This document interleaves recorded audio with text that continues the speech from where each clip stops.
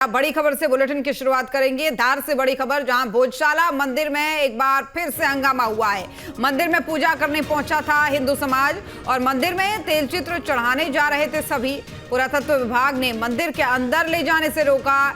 वहीं एएसआई ने तेल चित्र को जब्त किया है। बिना अनुमति के मंदिर की रंगाई पुताई की जा रही है, ये कहा गया है। और धार के भोजशाला परिसर में मंगलवार को उस वक्त तनाव उत्पन्न हो गया जब साप्ताहिक सत्याग्रह के लिए पहुंचे श्रद्धालुओं द्वारा लाया गया मां सरस्वती का नया तेल चित्र आर्कियोलॉजिकल सर्वे ऑफ इंडिया यानी एएसआई के सुरक्षा कर्मियों ने जब्त कर लिया। हर मंगलवार की तरह ही भोज उत्सव समिति और हिंदू संगठनों के सत्याग्रही सुबह पूजा अर्चना, हनुमान चालीसा पाठ और हवन के लिए भोजशाला पहुंचे थे। इस बार उन्होंने गर्भगृह में रखने के लिए मां वाग्देवी यानी सरस्वती का नया तेल चित्र भी वो साथ में लेकर आए थे। भोजशाला के मुख्य द्वार पर तैनात एएसआई के सुरक्षा कर्मियों ने चित्र को अंदर ले जाने से रोक दिया और उसे अपने कब्जे में ले लिया। अब बाद में चित्र पुलिस को सुपुर्द कर दिया गया। अब इस घटना से मौके पर मौजूद सैकड़ों श्रद्धालुओं में भारी रोष व्याप्त हो गया है। सत्याग्रहियों ने बिना चित्र के ही पूजा अर्चना की है और एएसआई के खिलाफ जमकर नारेबाजी की है।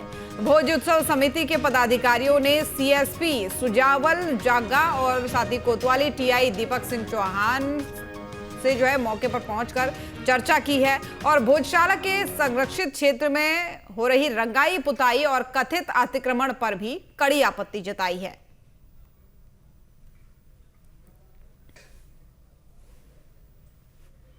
और इसी खबर पर हमारे संवाददाता नरेंद्र हमारे साथ जुड़ रहे हैं लाइव। नरेंद्र, पूरा मामला समझाइए और क्यों रोका गया तेल चित्र ले जाने से?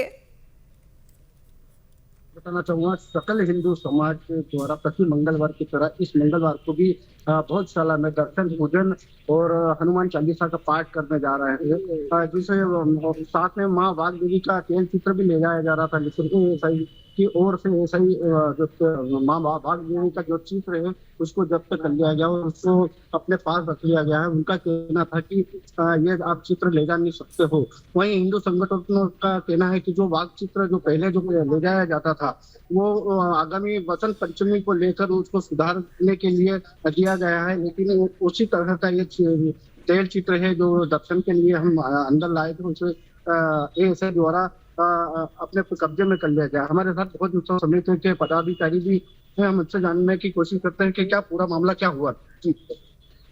आज सुबह नियमित सत्याग्रह जो प्रति मंगलवार को होता है, हिंदू समाज अपनी मां का पूजन करने के लिए विधिवत रूप से भोजशाला परिसर में पहुंचा था और जैसा कि परंपरागत वहां पर वाघ देवी का एक चित्र जिसका पूजन किया जाता है, उस चित्र को ले जाया जा रहा था। क्योंकि वर्तमान जो अभी आगामी बसंत पंचमी के कार्यक्रम है, उस निमित्त उस चित्र क्योंकि 8 साल पुराना है, उसको व्यवस्थित रूप से करने के लिए दिया गया था और उसी की जगह सेम उसी इस तरह का एक वाग्देवी का चित्र वहां पर स्थापित किया गया था और वहां पर एएसआई की टीम द्वारा उस चित्र को जब्त कर लिया गया। और जब्त करने के बाद में जब उनसे सवाल पूछा गया, उनसे जब मांग की गई, तो उनका ऐसा कहना था कि इस परिसर में ये सब अलाउड नहीं। और चूंकि केंद्रीय पुरातत्व 7 अप्रैल 2003 का जो हम आदेश मिला है, जिसमें हिंदू समाज सूर्योदय से सूर्यास्त तक निर्विघ्न रूप से पूजन अर्चन करता है, हम उसी का पालन कर रहे थे।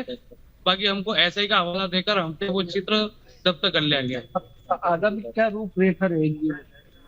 देखिए, भोजशाला जो है केंद्रीय पुरातत्व की इमारत है, 2003 में इसको संरक्षित किया गया था।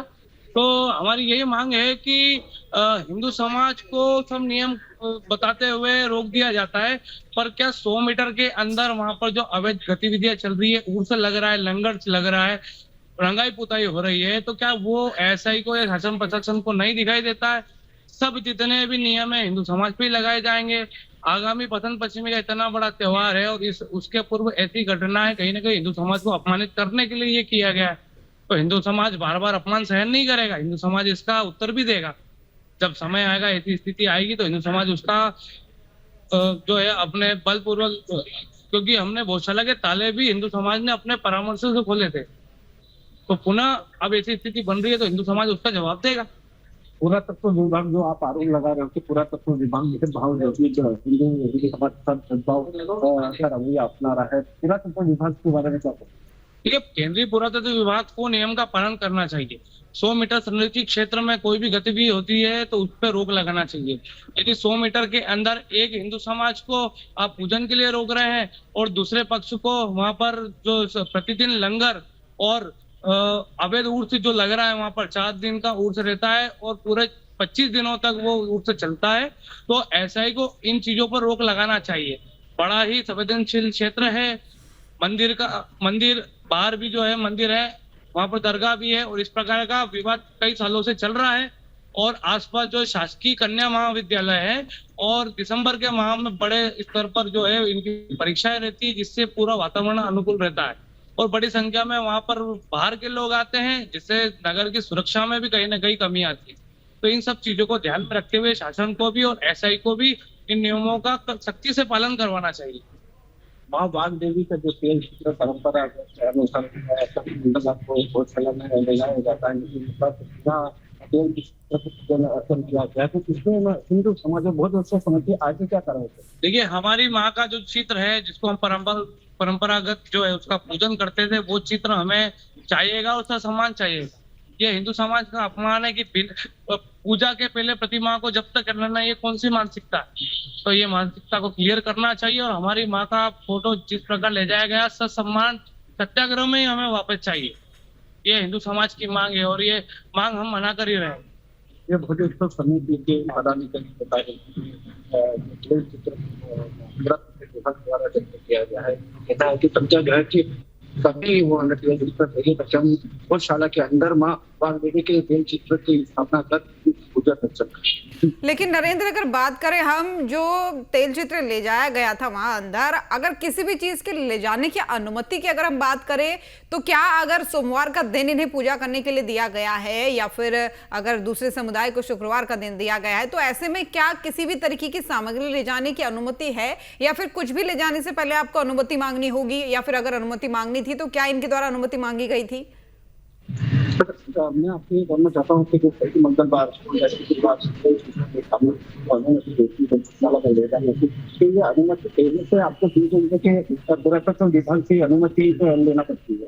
देखिए, 2003 का जो आदेश है उसमें सशर्त हमको पूजन का अधिकार प्राप्त हुआ है और हम उसी का पालन करें।